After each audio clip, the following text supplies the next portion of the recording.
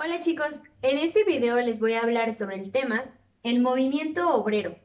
Como vimos en el video anterior, la revolución industrial trajo problemas sociales y políticos, así como una nueva ideología, es decir, el socialismo. En la primera etapa de la industrialización había una libertad por parte de los empresarios, la cual afectaba las condiciones laborales de sus trabajadores, ya que no existía la legislación laboral, por lo que decidían sobre los salarios o las jornadas laborales del proletariado. Para los burgueses, los trabajadores eran sustituibles y no se merecían protección, únicamente eran un medio para que pudieran alcanzar su enriquecimiento personal. Sin embargo, con el paso del tiempo, surgió la conciencia de clase. Esto fue en los obreros, por medio de la cual reclamaban una serie de mejoras a las malas condiciones que atravesaban. Se le sumó también el impacto de la Revolución Francesa, ya que ésta fomentaba la lucha por los derechos humanos.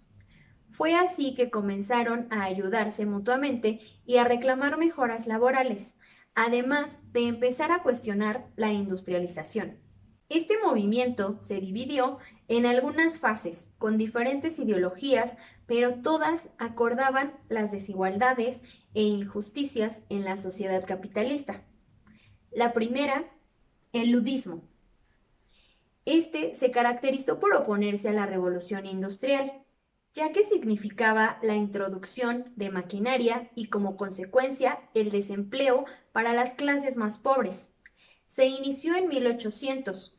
Sus juntas eran de manera clandestina y su principal objetivo era destruir la maquinaria de las fábricas. Con esto comenzó Ned Lud. Él era un tejedor, el cual destrozó el telar mecánico en el que trabajaba. Estas destrucciones fueron duramente reprimidas por el gobierno, con penas de muerte para los autores. Pero fue el precedente de otras acciones mejor organizadas, las cuales se dirigían en contra de los empresarios, no contra las máquinas. En 1825 surgió el sindicalismo, es decir, los sindicatos que constituían sociedades de ayuda mutua, donde los grupos de trabajadores defendían sus derechos. Tenían como objetivo el auxilio de sus asociados, esto ante riesgos físicos de enfermedad, accidentes o muertes, con fondos que provenían de aportaciones de los asociados. También tenían cajas de resistencia para mantener a sus miembros en las épocas de huelga, ya que habían tomado conciencia de que no era la máquina su enemiga, sino el uso que se le daba. Comenzaron a dirigir sus huelgas a los empresarios y exigencias de mejoras salariales, de jornadas y de condiciones de trabajo, y métodos como la huelga, la cual se convirtió en el principal instrumento de presión. Después surgió el cartismo, el cual comenzó en 1838. Este fue un movimiento político en el que participaban filósofos y obreros, los cuales, por medio de cartas, exigían al gobierno y no a las empresas que ayudaran en esta revolución, todo con un objetivo político claro, la democratización del Estado, y su carta más importante fue llamada la Carta del Pueblo, en la cual se reclamaba el sufragio para todos los varones mayores de 21 años, el voto secreto, elecciones parlamentarias anuales, la abolición de los requisitos de propiedad para poder ser miembros del Parlamento, la asignación de un sueldo a los parlamentarios y distritos electorales equitativos. A pesar de que no consiguieron sus objetivos, a largo plazo se consideró un éxito, ya que provocó que el Estado emprendiera un proceso de reformas laborales, así como la promulgación de una ley más favorable y la aplicación de una legislación limitando la jornada laboral femenil e infantil. El socialismo utópico era una teoría de los principales pensadores del sistema económico. Se basaba en que podían tener igualdad al recibir beneficios y asimismo derecho para adquirir trabajo sin importar las clases sociales. Buscaban un modelo económico diferente, un sistema más justo donde no hubiese tanta desigualdad social, y sus principales pensadores fueron Henry de Saint-Simon. Él pensaba que solamente los que trabajaban podían gozar de los bienes de la sociedad. Además decía que todos los hombres debían trabajar.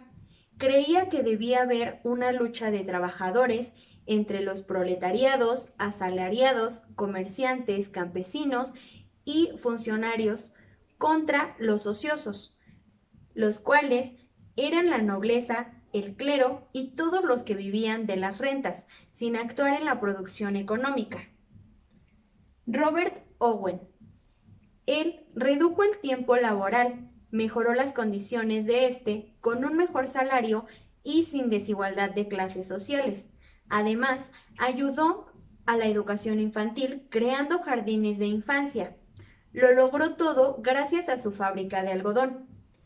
Tuvo la idea de reformar a la sociedad removiendo la propiedad privada. Participó en la lucha para el progreso de la clase proletaria, limitó el trabajo de la mujer y de los niños en las fábricas y creó cooperativas de producción y consumo. Charles Fourier, defensor de la igualdad, que consiguió construir comunidades llamadas falansterios, las cuales se encargaban de dar trabajo a los obreros con una buena administración, buenos salarios y un consumo propio de la agricultura. Louis Blanc propuso que los trabajadores crearan asociaciones de producción, suministro, pensiones de vejez y enfermedad, y que la economía se organizara de forma racional. Trató de suavizar las desigualdades entre las sociedades impulsando la educación. De este modo se alcanzaría la verdadera libertad. Como pueden darse cuenta, ellos desarrollaron sus ideas, surgiendo cambios profundos, haciendo hincapié en la sociedad más justa, fraterna y con igualdad social.